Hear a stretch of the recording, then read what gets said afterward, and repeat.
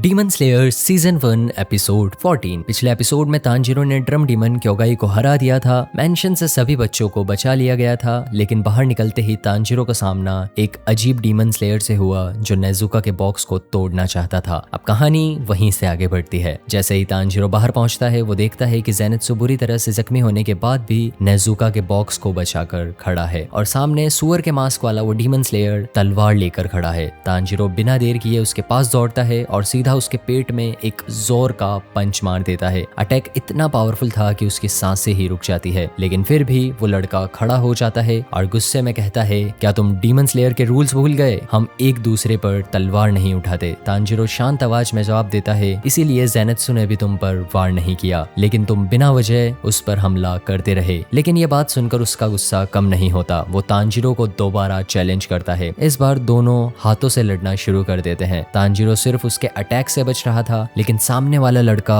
किसी जंगली जानवर की तरह बिना सोचे समझे हमला किए जा रहा था। ज़ेनित्सु ये देखकर हैरान रह जाता है। उसे समझ ही नहीं आ रहा था कि इतनी बुरी चोट लगने के बाद भी दोनों इतनी जोर से कैसे लड़ रहे हैं। और लड़ते लड़ते एक पंच तांजीरो की नाक पर जाके लगता है और उसकी नाक से खून बहने लगता है। फिर भी वो शांत रहता है। उसे अब समझ आ चुका था कि ये लड़का किसी ट्रेन्ड फाइटर की तरह नहीं, बल्कि एक जंगली सुअर की तरह इंस्टिंक्ट से लड़ता है। लेकिन वो रुकने का नाम नहीं ले रहा था। आखिरकार तांजीरो का सब्र टूट जाता है। वो उस लड़के को पकड़ता है और अपने सर से इतनी जोर से हेडबट मारता है कि दोनों के सर टकरा जाते हैं और एक ही पल में उस लड़के का सुअर वाला मास्क टूटकर नीचे गिर जाता है और सब लोग हैरान रह जाते हैं। मास्क के अंदर कोई डरावना चेहरा नहीं, बल्कि एक बहुत ही खूबसूरत और मासूम सा लड़का सामने आता है। उसका चेहरा देखकर ज़ेनित्सु भी शॉक हो जाता है। वो कहता है, मैंने सोचा था मास्क के अंदर कोई डरावना आदमी होगा, लेकिन तुम तो बिल्कुल अलग निकले। ये बात सुनकर वो लड़का और भी ज्यादा चिढ़ जाता है। तांजीरो भी सच बोल देता है। वो कहता है, तुम्हारा चेहरा किसी लड़की जितना सुंदर है। बस ये सुनते ही उसका गुस्सा 7वें आसमान तक पहुंच जाता है, लेकिन हेडबट की वजह से उसकी बॉडी ज्यादा देर तक संभल नहीं पाती और कुछ ही पल के बाद वो बेहोश होकर जमीन पर गिर जाता है। तांजीरो को तुरंत समझ आ जाता है कि उसने हेडबट कुछ ज्यादा ही जोर से मार दिया था। ज़ेनित्सु डर कर पूछता है, कहीं ये मर तो नहीं गया? तांजीरो उसकी सांस चेक करता है और सुकून के सांस लेते हुए कहता है, नहीं, ये बस बेहोश हुआ है। कुछ देर बाद वो लड़का होश में आ जाता है। सबसे पहले वो फिर से तांजीरो को फाइट करने के लिए चैलेंज करता है, लेकिन इस बार तांजीरो मना कर देता है। इनोसुके हशिबिरा। उसके लिए जिंदगी का सिर्फ एक मतलब था, हर वक्त किसी न किसी से लड़ना। थोड़ी देर बाद तांजीरो देखता है कि उस मेंशन के अंदर बहुत से लोगों की जान जा चुकी थी। वो उन सब के लिए एक छोटी सी कब्र बनाता है। तांजीरो इनोसुके की मदद मांगता है, लेकिन इनोसुके साफ मना कर देता है। उसके हिसाब से ये सब करने का कोई मतलब नहीं था। तब तांजीरो शांत आवाज में कहता है, हर इंसान दुख से गुजरता है, लेकिन हमें उनका सामना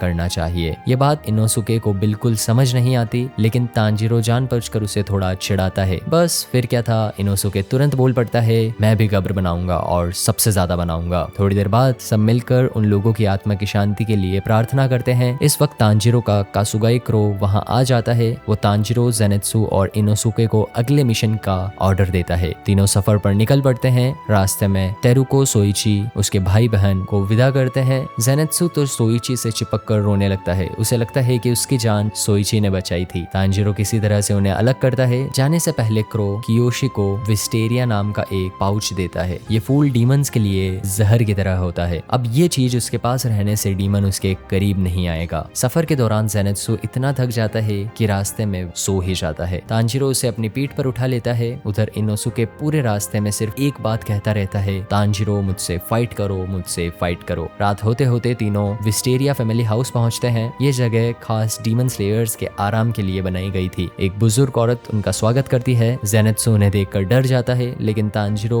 आदाब से उनसे बात करता है। वो उन्हें साफ कपड़े, खाने का इंतजाम और आराम करने के लिए कमरा देती है। खाना खाते वक्त भी इनोसुके की आदतें नहीं बदलती। वो बिल्कुल किसी जंगली की तरह खा रहा था। इतना ही नहीं, वो तांजीरो की प्लेट से भी खाना उठा लेता है, लेकिन तांजीरो गुस्से की जगह कहता है, अगर और भूख लगी है तो मेरा पूरा खाना तुम खा सकते हो। ये सुनकर इनोसुके और भी उलझ जाता है। उसे समझ ही नहीं आता कि तांजीरो को कैसे गुस्सा दिलाया जाए। रात में तीनों आराम करते हैं। डॉक्टर्स उनका इलाज करते हैं। तब पता चलता है कि तीनों की हालत खराब है। बातों ही बातों में तांजीरो इनोसुके से पूछता है कि वो डीमन स्लेयर क्यों बना। इनोसुके बताता है कि उसे जंगल में एक डीमन स्लेयर की तलवार मिली थी। उस दिन उसने फाइनल सिलेक्शन के बारे में सुना और बस मजे के लिए वहां पहुंच पहुंच गया। इसी दौरान वो डीमन स्लेयर बन गया। बाद में ज़ेनेत्सु तांजीरो से पूछता है, तुम नेजुका को अपने साथ क्यों लेकर घूम रहे हो? तांजीरो हैरान हो जाता है। उसे लगता है कि ज़ेनेत्सु को बॉक्स का राज पता चल गया, लेकिन ज़ेनेत्सु बताता है कि उसके सुनने की ताकत तेज है और वो नेजुका की आवाज पहले ही पहचान चुका था। उसने सिर्फ तांजीरो का भरोसा करके ये बात किसी को नहीं बताई। ये बात सुनकर तांजीरो उसका दिल से शुक्रिया करता है। तभी नेजुका बॉक्स के बाहर आ जाती है। ज़ेनेत्सु घबरा कर पीछे हट जाता है। धीरे धीरे बॉक्स खुलता है और नेजुका बाहर आती है। जैसे ही ज़ेनेत्सु उसका चेहरा देखता है वो हैरान रह जाता है। उसने इतनी खूबसूरत लड़की पहले कभी नहीं देखी थी। लेकिन अगले ही पल उसका चेहरा गुस्से में लाल हो जाता है। वो तांजीरो की तरफ उंगली दिखाकर चिल्लाता है, तुम इतनी खूबसूरत लड़की को साथ रखकर इतने दिनों से घूम रहे थे और मुझे बताया भी नहीं। गुस्से में वो अपनी तलवार निकाल लेता है और सीधा तांजीरो की तरफ दौड़ पड़ता है। और इसी के साथ ये एपिसोड यहीं खत्म होता है। मिलते हैं नेक्स्ट एपिसोड में। पीस।